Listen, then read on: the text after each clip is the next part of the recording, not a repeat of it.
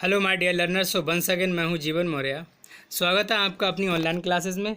जैसा कि हम क्लास 12th का एक जो चैप्टर था इससे पहले वाला वो एक्सप्लेन कर चुके थे, और इसके बाद जो हमारी पोएम है, एक पोएम भी हम एक्सप्लेन कर चुके थे, जो कैरेक्टर ऑफ हैप्पी लाइफ, उसके बारे में हमने आपको एक्सटेंजा करा दिए थे, एक्सप्लेनेशन हो गए थे और सेंट्रल आइडिया भी करा दिया था। आज हमारी जो पोएम है हमारी आपकी स्क्रीन पर the true beauty by Thomas कैर्यू। तो ट्रू इसमें थॉमस कैर्यू साहब ने बहुत अच्छा एक डिपिक्टेशन दिया है, बहुत अच्छा प्रेजेंटेशन दिया है और बहुत अच्छा मैसेज भी एक समाज के लिए, हमारे सोशल के लिए। उन्होंने इसमें कहा था कि कवि जो है वो एक सौंदर्य की प्रशंसा करता है इसमें, और जो सौंदर्य है वो भी कई तरीके का होता है। तो यहाँ पर जो पोइट ने बताया है सौंदर्य, उसके बारे में हम पढ़ेंगे कि किस तरीके का सौंदर्य की वो प्रशंसा करता है और किस तरह का सौंदर्य की वो घृणा करता है, किस तरह से। तो ये जो पोएम है हमारी, सौंदर्य की बात करें तो वो पोएट जो है वो वास्तविक सौंदर्य की बात करता है। सच्चा सौंदर्य मतलब प्रेम और निष्ठा में निहित होता है। आपने देखा होगा जो सच्चा सौंदर्य है, सच्ची सुंदरता है, खूबसूरती है, वो प्रेम और निष्ठा में निहित होती है। शारीरिक सौंदर्य से इसका कोई संबंध नहीं होता है, यानी जो हमारा शारीरिक सौंदर्य से कोई संबंध नहीं होता है, केवल प्रेम और निष्ठा में निहित होता है। मतलब क्वालिटी होनी चाहिए व्यक्ति के अंदर, शारीरिक सौंदर्य से मतलब नहीं होता है, क्योंकि ये समय गुजरने के साथ साथ गुजर जाती है। दूसरी बात है, शारीरिक सौंदर्य तो कम हो जाता है समय गुजरने के साथ साथ, लेकिन जो हमारा प्रेम और निष्ठा रहित सौंदर्य होता है वो हमेशा के लिए ऑल ओवर लाइफ चलता है। यहाँ पर दूसरी बात उन्होंने और कहा था कि जो शारीरिक सौंदर्य पर आधारित जो प्रेम होता है वो कुछ समय के लिए होता है, अल्पकालिक होता है। इसके विपरीत चरित्र की पवित्रता और निष्ठा, इन सब पर आधारित स्थायी प्रेम होता है। स्थायी प्रेम के बारे में बताया। सच्ची सुंदरता के लिए अच्छे विचार, शांत भावनाएं और दृढ़ता आवश्यक होती है। लास्ट में जो मैंने आपको अभी बता रहा हूँ इसके बारे में, पोएम के बारे में थोड़ा सा, वो यही लाइन है, एक टचिंग लाइन है, कहना चाहिए था। मेन पॉइंट है इस लाइन का, मेन थीम है इस लाइन की, सच्ची सुंदरता के लिए अच्छे विचार, शांत भावनाएं, दृढ़ता, ये सब सारी होने चाहिए। यानी जेंटल थॉट्स, काम desire and firm mindedness should be compulsory for the true beauty. यानी इस ट्रू ब्यूटी के लिए ये चीज़ें बहुत ज़रूरी होती हैं। तो ये जो पोएम है हमारी यही कहना चाहती है। चलिए हम स्टार्ट करते हैं अपनी पहली स्टेंजा को। ही that loves a rosy cheeks और a coral lips admires for or from star-like eyes doth seek fuel to maintain his fires। मतलब इन 4 लाइन्स में जो पोएट है वो थॉमस कैर्यू साहब क्या कहना चाह रहे हैं, हम उस बात को बताते हैं। ही मतलब प्रेमी, ही उस प्रेमी के लिए कहा गया है that loves a rosy cheeks. Loves means प्रेम करता है, रोजी चिक्स गुलाबी जैसे गालों के लिए। एक प्रेमी जो होता है, उन्होंने कहा वह व्यक्ति जो अपनी प्रेमिका के गुलाबी गालों से प्रेम करता है, दैट ही लव्स रोजी चिक्स। लव्स प्रेम करता है रोजी चिक्स गुलाबी गालों को। दूसरी बात, दूसरी लाइन, और अ कोरल लिप्स एडमायर। और कोरल मतलब मोती जैसे होंठ, लिप्स एडमायर लिप होंठों की प्रशंसा करता है। दूसरी बात यह है कि मूंगे जैसे होंठ लाल होंठों की प्रशंसा करता है। तीसरी जो लाइन है, और from star like eyes doth seek, बहुत अच्छी बात उन्होंने कही है इसमें। ये और from star like eyes doth seek मतलब ये है, और फ्रॉम स्टार लाइक आइज, और वो सितारे जैसी आँख मतलब सुंदर आँखों से अपने प्रेम की ज्वाला को प्रज्वलित रखना चाहता है। डथ सीक खोज करता है। ये डथ जो मतलब है वो हैज़ का मतलब है लर्नर्स, और सीक मतलब खोज करता है, सर्च करता है। सीक का मतलब है सर्च, SEARCH, ओके। और डेथ को मैंने बता दिया, आइज स्टार लाइक आइज मतलब यह है कि और फ्रॉम स्टार लाइक, जब वो खोज करता है कि मेरी जो प्रेमिका की आंखें हैं वो सितारों की तरह हों, ऐसी खोज करता है और उन्हीं की वो प्रशंसा करता है।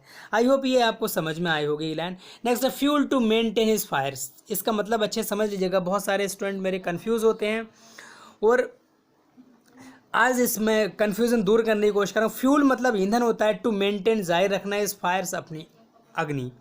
अब देखिएगा इसमें जो कहना चाह रहा है पोइट, जो हमारे जो थॉमस कैर्यू साहब जो कहना चाह रहा है उसका मतलब समझ लीजिएगा कि अब होता क्या है कि मतलब फ्यूल मतलब ईंधन की बात करता है, मेंटेन रखना फेस फायर्स अपने आगे मतलब अग्नि को। कहना चाहिए था वो ये कहना चाह रहा है कि ऐसे व्यक्ति प्रेम की ज्वाला उस समय नष्ट हो जाती है जब उनमें कहना चाहिए था जब बुढ़ापा वगैरह होता है, या फिर दूसरी बात यह कि जो अपना प्रेम को जारी रखने के लिए, यानी जैसे आगे को एक अग्नि को जारी रखने के लिए उसमें ईंधन की ज़रूरत पड़ती है, उसमें लकड़ी की ज़रूरत पड़ती है, और प्रेम को हमेशा जारी रखने के लिए प्रेम रूपी जो अग्नि है उसको प्रज्वलित रखने के लिए किसकी ज़रूरत पड़ती है? रोज़ी चीक्स, गुलाबी गाल, मूंग जैसा होंठ, स्टार लाइक ये आंखें। ये जो तीनों चीज़ें हैं वो एक ईंधन है। जिस तरीके से एक आग को प्रज्वलित करने के लिए लकड़ी की ज़रूरत होती है, काष्ठ की ज़रूरत होती है, ईंधन की ज़रूरत होती है, इसी तरह से उन्होंने कहा है जो लोग मतलब अस्थायी प्रेम करते हैं उनको प्रेम करने के लिए इन तीनों चीज़ों की ज़रूरत पड़ती है। यही उनका अस्थायी प्रेम होता है, ये उस प्रेम का ईंधन होता है। आई थिंक ये 4 लाइनें समझ में आई होंगी आपको। अब हम अगली लाइन की बात करते हैं। As the old time makes these decay, so his flames must waste away. As old time, जैसे जैसे समय गुजरता है, makes these decay, ये सारी चीज़ें नष्ट हो जाती हैं। मतलब यह है decay मतलब नष्ट होना, क्षण मतलब नष्ट हो जाना, decay मतलब नष्ट हो जाना, फिनिश हो जाना, है ना, फिनिश FINISH, फिनिश हो जाती हैं। तो उन्होंने कहा कि ये चीज़ें जो होती हैं जैसे सितारे जैसी आंखें, मूंगे जैसे होंठ, गुलाबी गाल, ये समय गुजरने के साथ साथ नष्ट हो जाते हैं जो जो समय गुजरता है उम्र के साथ साथ। So his flames must waste away, और प्रेमी की जो प्रेमाग्नि होती है मस्ट वेस्ट अवे, बेकार हो जाती है, यानी उसकी जो नष्ट हो जाती है, जो ज्वाला है वो नष्ट हो जाती है, प्रेम रूपी जो ज्वाला है उसकी नष्ट हो जाती है। आई होप ये हमारे जो फर्स्ट सेशन है हमारे स्टूडेंट को समझ में आया होगा। इसका एक बार हम पूरे का मतलब हिंदी मीनिंग बता दे रहे हैं। इसका मतलब ये पूरे का बल्क में है, देखिएगा सुनिएगा ध्यान से। वह व्यक्ति जो अपनी प्रेम का के गुलाबी गालों से प्रेम करता है, या उसके मूंगे जैसे होंठों की प्रशंसा करता है, या फिर कहना चाहिए सितारे जैसी सुंदर आँखों से अपनी प्रेम की ज्वाला को प्रज्वलित करता है, ऐसे व्यक्ति की प्रेम रूपी ज्वाला होती है वो नष्ट हो जाती है समय गुजरने के साथ साथ। जबकि बुढ़ापा और उसकी बुढ़ापे के साथ उम्र गुजरने के साथ साथ ये सारी चीज़ें नष्ट हो जाती हैं, और उसकी प्रेमिका की जो शारीरिक सौंदर्य है वो भी समाप्त हो जाती है। तो इसमें ये कहा था, ठीक है। और हम अगले नेक्स्ट स्टेंजा है हमारा, बहुत इंपॉर्टेंट है। देखिए इसमें तो एक अस्थायी प्रेम की बात कही थी, इससे कभी पूरी तरह से घृणा करता है और कभी कैसा प्रेम करना चाह रहा है, यानी कैसे प्रेम के बारे में हम मैसेज दे रहा है हमारे समाज को, हमारे रीडर्स को, हमारे लर्नर्स को, कैसे प्रेम की बात करता है। देखिए but a smooth and stead fast mind, बहुत अच्छी बात कही, बट अ स्मूथ, इसका मतलब ये स्मूथ, देखिए स्टीड फास्ट माइंड की मैं बात करूँ, ये फर्म होता है, इसका मतलब फर्म FIRM, फर्म मतलब दृढ़ होने वाला, ठीक है। आई होप ये समझ में आया होगा। स्मूथ मतलब एक सा रहने वाला, ठीक है। मीनिंग समझते जाइएगा वर्ड टू वर्ड सभी का। अब जेंटल थॉट्स, शुद्ध विचार, एंड काम डिजायर, शांत इच्छाएं, हार्ट्स विद इक्वल लव, प्रेम मतलब बराबर रूप से प्रेम करने वाला, कंबाइन जुड़ा हो, kindle never dying fires, candle मोमबत्ती मतलब नेवर डाइंग फायर्स कभी बुझती नहीं है। अब उनका मतलब ये कंबाइन मतलब मैंने बताया था, कंबाइन का मतलब होता है मिक्स, है ना। कंबाइन का मतलब क्या होता है? मिक्स, मिले होना। कैंडल मतलब जैसे यहाँ पर जो कैंडल है वो एक मोमबत्ती के लिए कहा गया है, उत्तेजना के लिए कहा गया है, जल मतलब मैं कहना चाहिए कहता उनका जो प्रेम अग्नि है उसको आगे बढ़ाने के लिए कहा गया है। फायर्स मतलब यहाँ इमोशन की बात करता है, फायर्स मतलब इमोशन की बात करता है ना। तो फायर मतलब इमोशन की बात करता है, यानी भावनाओं की बात करता है, समझ लीजिएगा इसको।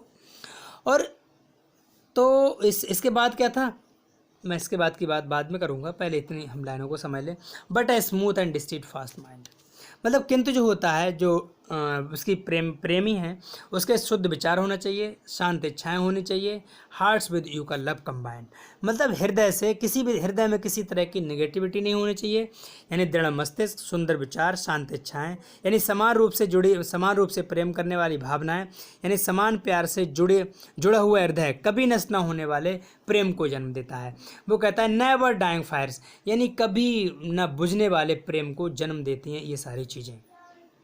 तो आई होप ये भी समझ में आया होगा। नेक्स्ट है हमारा जो लास्ट लाइन है, where these are not I despise, जहाँ पर ये चीज़ें नहीं होती हैं।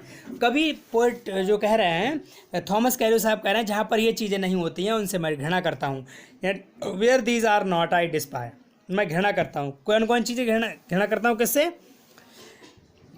लवली चीक्स, लिप्स, मूंगे जैसे होंठ और सितारे जैसी आंखों से घृणा करता हूँ। जहाँ पर सुंदर विचार, दृढ़ मस्तिष्क, मन, शांत इच्छाएं और तथा समान रूप से जुड़े हुए हृदय, कभी नष्ट न होने वाला, यानी प्रेम को जन्म देने वाला, इन चीज़ों से मैं घृणा करता हूँ। कब? जब ऐसा व्यक्ति ना हो, सॉरी ये थोड़ा सा गड़बड़ हो गया, ये कहना चाह रहा है इसमें कि कभी जो है वो कवि के अनुसार स्थायी प्रेम के लिए शारीरिक सौंदर्य की आवश्यकता नहीं है, ये सुंदर विचार तथा उच्च चरित्र के कारण ही प्रेम स्थायी रहता है।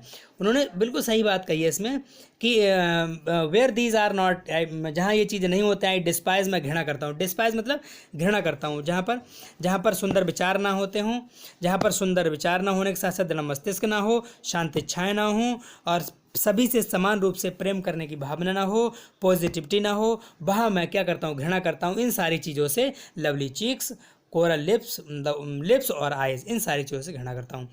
तो आई होप ये दोनों स्टैंजा हमारे लर्नर्स को समझ में आए होंगे।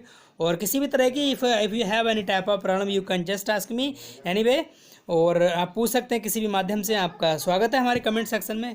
आप कमेंट सेक्शन के द्वारा कमेंट कर सकते हैं। हम कोशिश करूँगा सॉल्व करने की जो भी प्रॉब्लम्स है, और आप कमेंट करें विदाउट हेजिटेशन। और ठीक है, तो फिर नेक्स्ट जो हमारा होगा वो इसका एक्सप्लेनेशन होगा, और जो भी इसके मेन पॉइंट्स होंगे वो हम डिस्कस कर लेंगे एक बार। इसकी बल्क में हिंदी भी हम आपको दे देंगे। तो हम अपनी वीडियो का अंत करते हैं बस यहीं तक। तब तक के लिए थैंक यू, बाय बाय। फिर मिलते हैं किसी नेक्स्ट टॉपिक में।